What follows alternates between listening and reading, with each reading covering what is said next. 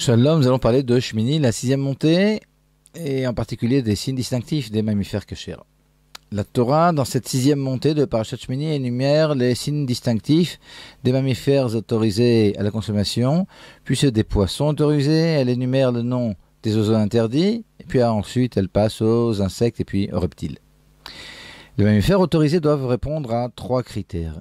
Ils doivent avoir tout d'abord un sabot fendu, puis celui-ci doit être surmonté d'un ongle divisé en deux, et puis aussi ils doivent ruminer.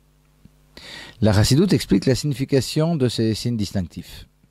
Sachant que les aliments que nous consommons se transforment en notre sang et en notre chair, il est impératif que leur spiritualité soit positive. Or, les signes des mammifères kashers énumérés par la Torah reflètent effectivement des aspects à imiter. Leur premier point, le sabot, c'est le seul contact avec le sol, la matière. Ceci va de pair avec les directives de la Chassidoute, selon lesquelles seules les forces d'action de l'homme peuvent être investies dans les affaires. Il ne faut pas que le business se transforme en notre principale préoccupation et notre principal centre d'intérêt.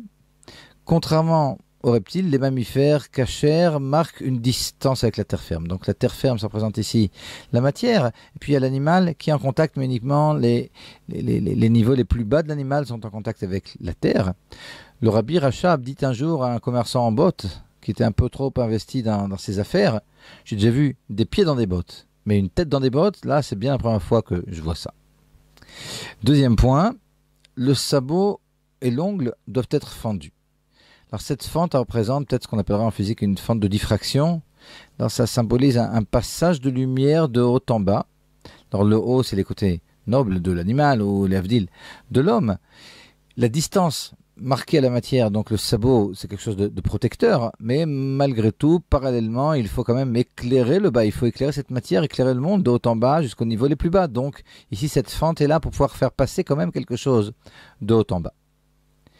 Troisième point, la séparation en deux de l'ongle représente les attributs nécessaires à l'éducation, donc deux attributs un peu opposés, la droite et la gauche, l'amour, mais aussi le respect. Uniquement ce mélange savant d'amour et de respect pourra permettre de rapprocher les Juifs à la Torah sans que celle-ci ne perde de sa valeur.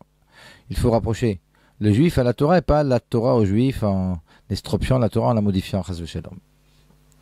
Quatrième point, le fait de ruminer. Alors ça représente la réflexion qui doit précéder l'action. Avant d'agir, il faut bien réfléchir à deux sujets. Premièrement, est-ce que réellement agir? Et si oui, comment le faire de la meilleure façon? Ça, c'est comme ça pour parler des signes des mammifères. On va juste rajouter un petit point en ce qui concerne le lapin et le lièvre, qui sont considérés a priori par la Torah comme des ruminants ma'aleh gera, mais pas par la science. Alors, il faut comprendre que ce que la Torah appelle ma'aleh gera, c'est pas nécessairement le fait de ruminer. Ma'aleh gera, c'est faire remonter finalement des aliments qui sont digérés une deuxième fois.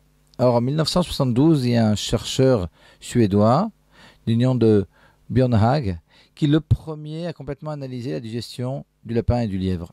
Alors il s'avère que la digestion du lapin et du lièvre, c'est finalement un processus qui est appelé caïcotrophie. Dans un premier temps, les aliments sont digérés, et puis après ils sont rejetés, et sous forme de crottes molles, qui sont appelées des caïcotrophes, des petites crottes rondes. Celles-ci sont absorbées une deuxième fois par l'animal, et puis en fin de journée, l'animal évacue définitivement ses excréments qui sont durs. Et donc ça serait ce processus qui serait appelé par la Torah ma'aleh gera. Donc il ne s'agit pas de ruminer, mais finalement de faire revenir des aliments dans la bouche et de les éliminer une deuxième fois. Donc il y a deux fois une digestion aussi chez le lièvre et chez le lapin. Malgré tout, évidemment, ces deux animaux ne sont pas kashers dans la mesure où ils n'ont pas de sabot.